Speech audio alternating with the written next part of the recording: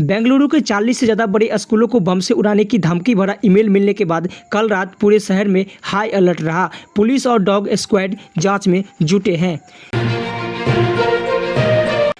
सुरक्षा एजेंसियों को मिले इनपुट के बाद भारत नेपाल सीमा पर सशस्त्र सीमा बल ने कल शाम से गश्त और चेकिंग को दोगुना कर दिया गया है। वियतनाम में नाव पलटने से जान गंवाने वाले 15 भारतीय पर्यटकों के शवों को वापस लाने के लिए विदेश मंत्रालय ने कल रात से विशेष समन्वय शुरू किया है। रिलायंस इंडस्ट्रीज ने कल अपने तिमाही नतीजे जारी किए। कंपनी को 75.8% की भारी उछाल के साथ 30,600 करोड़ का रिकॉर्ड शुद्ध मुनाफा हुआ है। महाराष्ट्र सरकार ने कैबिनेट बैठक में किसानों को बड़ी राहत देते हुए कृषि कर्ज माफी की सीमा को बढ़ाकर रुपये 2 लाख कर दिया है। घरेलू सराफा बाजार कल शाम बढ़त के साथ बंद हुआ। शादियों के सीजन से ठीक पहले कीमतों में तेजी से खरीदारों की चिंता बढ़ गई है। देश की टॉप 3 आईटी कंपनियों ने बेरोजगारों के लिए अच्छी खबर दी है। इस तिमाही के अंत तक कैंपस प्लेसमेंट के जरिए 25,000 फ्रेशर्स की भर्ती की जाएगी।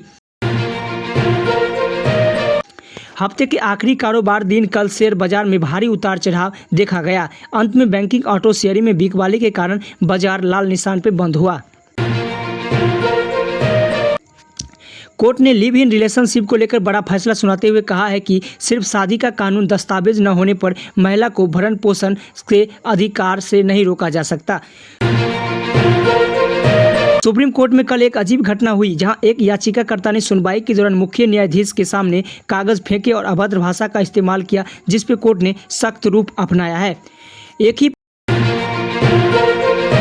परिवार के 4 लोगों की संदिग्ध मौत के बाद खाद्य सुरक्षा नियामक ने संबंधित फूड कंपनी के कारण बताओ नोटिस जारी कर रिपोर्ट मांगी है। दिल्ली एनसीआर के कई बड़े बिल्डरों के ठिकानों पर कल देर शाम तक परिवर्तन निदेशालय की मनी लॉन्ड्रिंग मामले में छापेमारी चलती रही। दिल्ली आबकारी नीति से जुड़े मामलों में कोर्ट ने कल देर शाम सुनवाई करते हुए कुछ मुख्य आरोपियों की न्यायिक हिरासत में 24 जुलाई तक बढ़ा दिया गया है।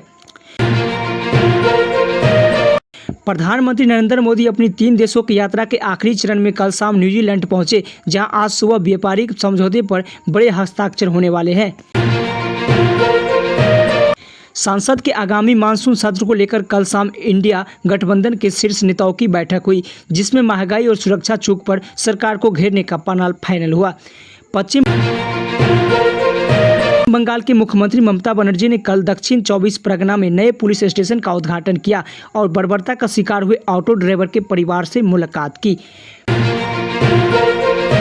पंजाब कांग्रेस अध्यक्ष पद को लेकर दिल्ली में आल कमान की बैठक कल रात भी बेनतीजा रही। सस्पेंस अभी भी बरकरार है। देश के प्रतिष्ठित शिक्षण संस्थानों ने सरकार के नए VBSA बिल का विरोध शुरू कर दिया है। उनका कहना है इनसे उनकी स्वायत्तता पर असर पड़ेगा। मौसम विभाग ने आज के लिए बिहार, पूर्वी उत्तर प्रदेश, पश्चिम बंगाल और असम समेत पूर्वोत्तर राज्य में भारी अत्यंत बारिश की रेड अलर्ट जारी किया है। देश के मध्य हिस्सों में मानसून कमजोर पड़ने पर वैज्ञानिकों ने बताया कि पश्चिमी प्रशांत महासागर में आए चक्रवात के कारण मानसूनी हवाएं डाइवर्ट हुई है। कोयम्बटूर में के अस्पताल में कल देश की पहली सफल inter hospital labour swap surgery की गई, जिससे 2 गंभीर मरीजों की जान बचाई गई। खराब मौसम के कारण कल दोपहर रोकी गई अमरनाथ यात्रा को कल शाम मौसम साफ होने के बाद बालटाल मार्ग से दोबारा सुचारू रूप से बहाल कर दिया गया।